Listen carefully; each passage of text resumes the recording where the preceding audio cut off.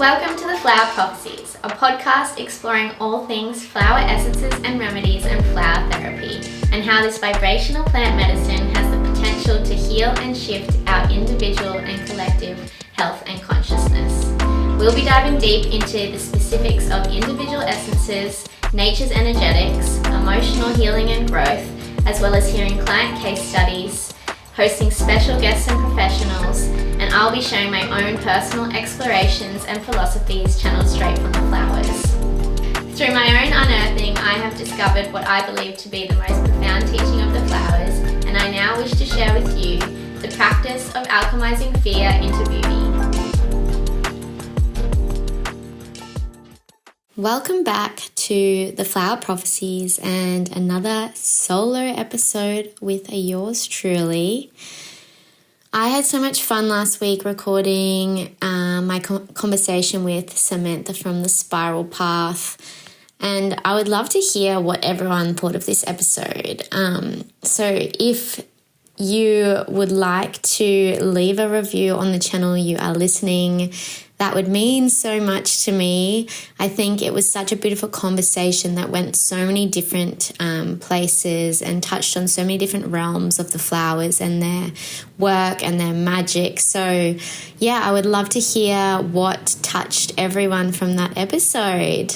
And I do say it every week, but it truly means so much each time I do hear from one of you. It also helps to get the podcast out there so that I can continue to create these episodes for you, because as I've mentioned, it's a lot of work that I love doing, but please share. If the episode last week did resonate with you and you are personally feeling called to work with the flowers or to connect with this world in some way or to deepen your flower essence practice, I have a free masterclass for you. So this masterclass, How to Deepen Your Flower Essence Practice, is for anyone and everyone, whether you are a seasoned practitioner or you are just meeting the flowers. The content within this class has so much value to add to your practice. Even just implementing one simple tool that I offer within it, I believe will expand greatly the healing and growth that you or those you're working with will receive from the flowers. So for this, you can head to my website, hekahealing.com.au/free-class to sign up for it. Or you can head to the link below this episode, and I would love to hear what you think of this class also and what your top takeaways of it are. So on to today. In today's episode, I am talking relationships and what I call in my own practice and the practice that I offer others, relational resonance. So this is a huge part of the work that I do, and it has taken me quite a while to sort of see the ecosystem of my business and how this plays into it. But I can now witness just how integral this practice is to it, and this theory, I guess, to what I offer with the flowers and through the flowers, and more so what the flowers offer us. So what is relational resonance? Something that the flowers present to us really clearly through their work and their magic is this realization that we are in relationship with absolutely everything, with all parts of nature, with the entirety of nature itself, with all parts of ourselves, all aspects of ourselves, with those we surround ourselves with, our kin, our family, our intimate partners, as well as with all of the things that we consume, our food, our conversations, the interactions we have with strangers or even animals, our thoughts, just everything basically. We are in relationship with everything. So something that we learn through self-inquiry practices, and also that is really emphasized by the flowers as well, is how the health of all of these relationships combined determines the ease and the flow and the joy and the love that is available to us. So when even just one of these relationships is out of alignment, it can have an effect on all of them. And when all of them are out of balance, it can cause havoc, basically. It can cause emotional turmoil. It can cause deep challenge and pain and unease. So the practice of relational resonance is about finding resonance, so finding alignment within all of our relationships, and then also between the relationships themselves. And the teachings of the flowers have shown me that this alignment flows from a specific few relationships, and this then waterfalls into the rest of our relationships. So the practice begins with the macrocosm, with nature. So I waffle on about the importance of this all the time, our connection to nature, because it is the foundation for our healing. And when we truly grasp it and not just sort of downplay it, it shifts something for us that allows this waterfall to begin flowing. And when we find resonance here within our connection to nature, it trickles down into the rest of our relationships. So what we then witness when we form this connection back to nature is the reflection in our individual experience, in our relationship to self. So the macrocosm, nature, holds the cheat codes, as I like to call them, to healing this relationship with self, because it demonstrates to us how its rhythms and its cycles are an ecosystem that hold unlimited regenerative potential.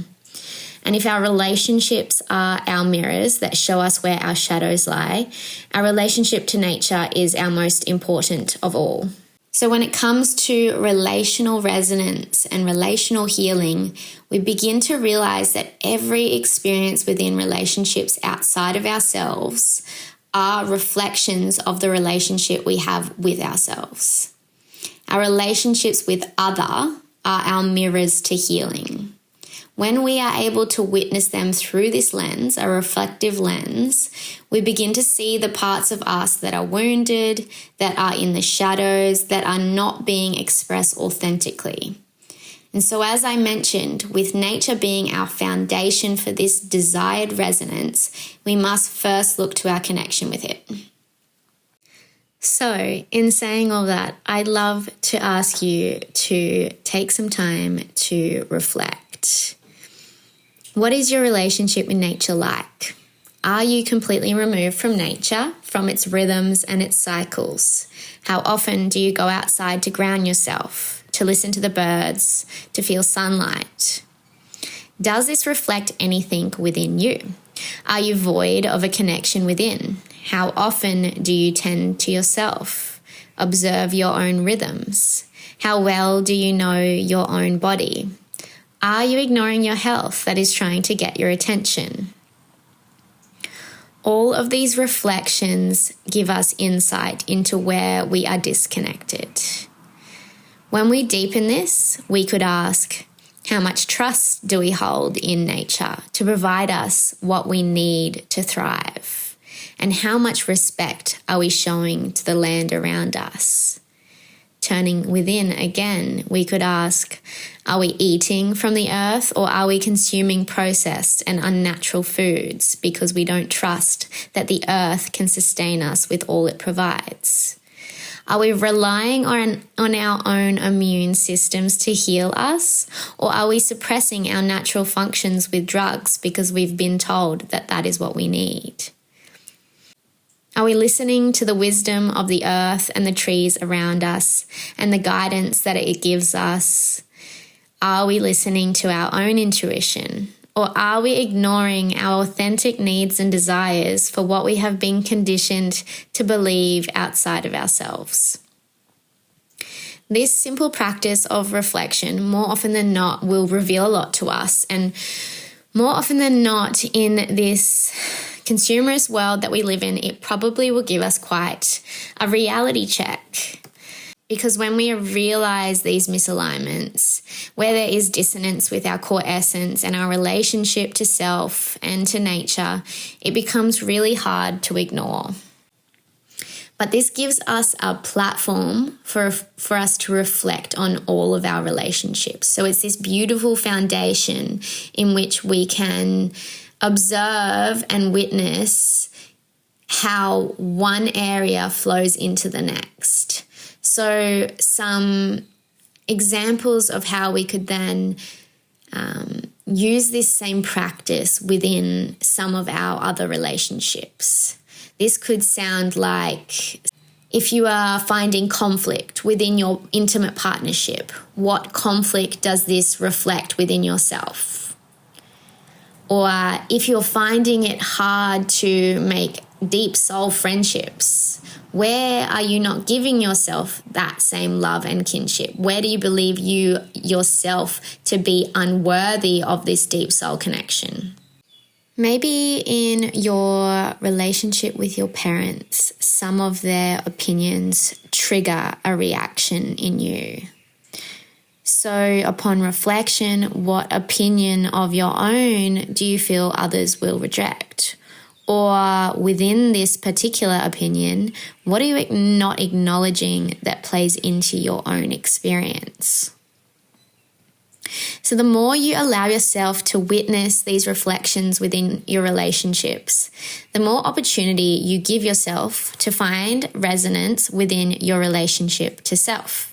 And the more you begin to come back into resonance by healing and releasing outdated beliefs or unnourishing habits, the more space you create to attract, through sympathetic resonance, the relationships and relational patterns that are authentic, that are nourishing, and that are fulfilling to you.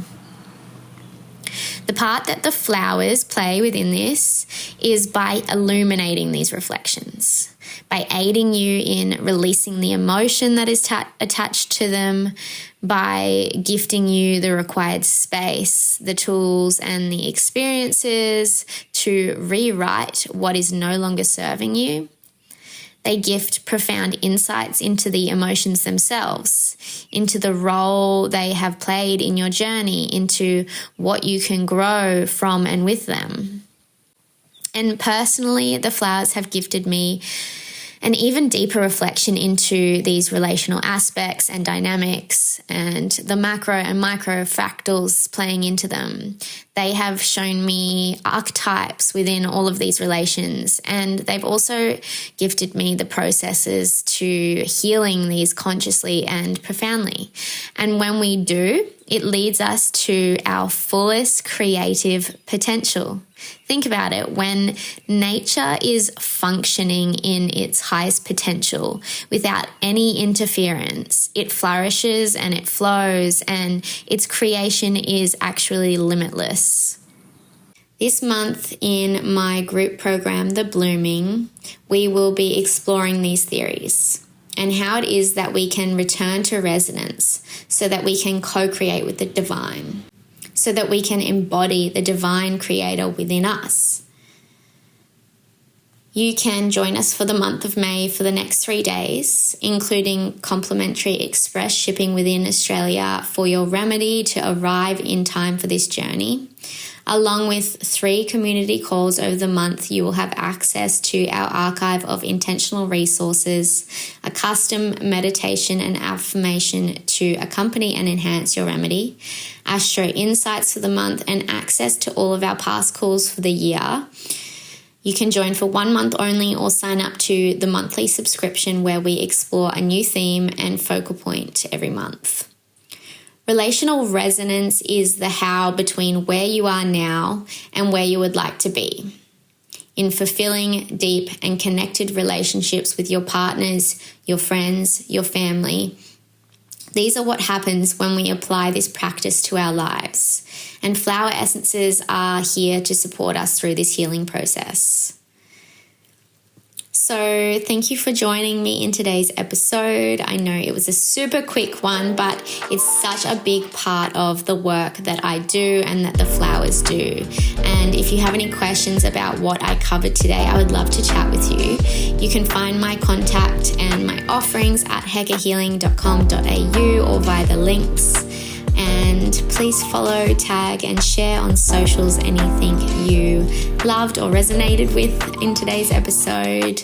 My Instagram is @theflowerprophecies or also @Heka Healing Flower Therapy. Where are you in resonance and where is there dissonance in your relationships? Something to ponder.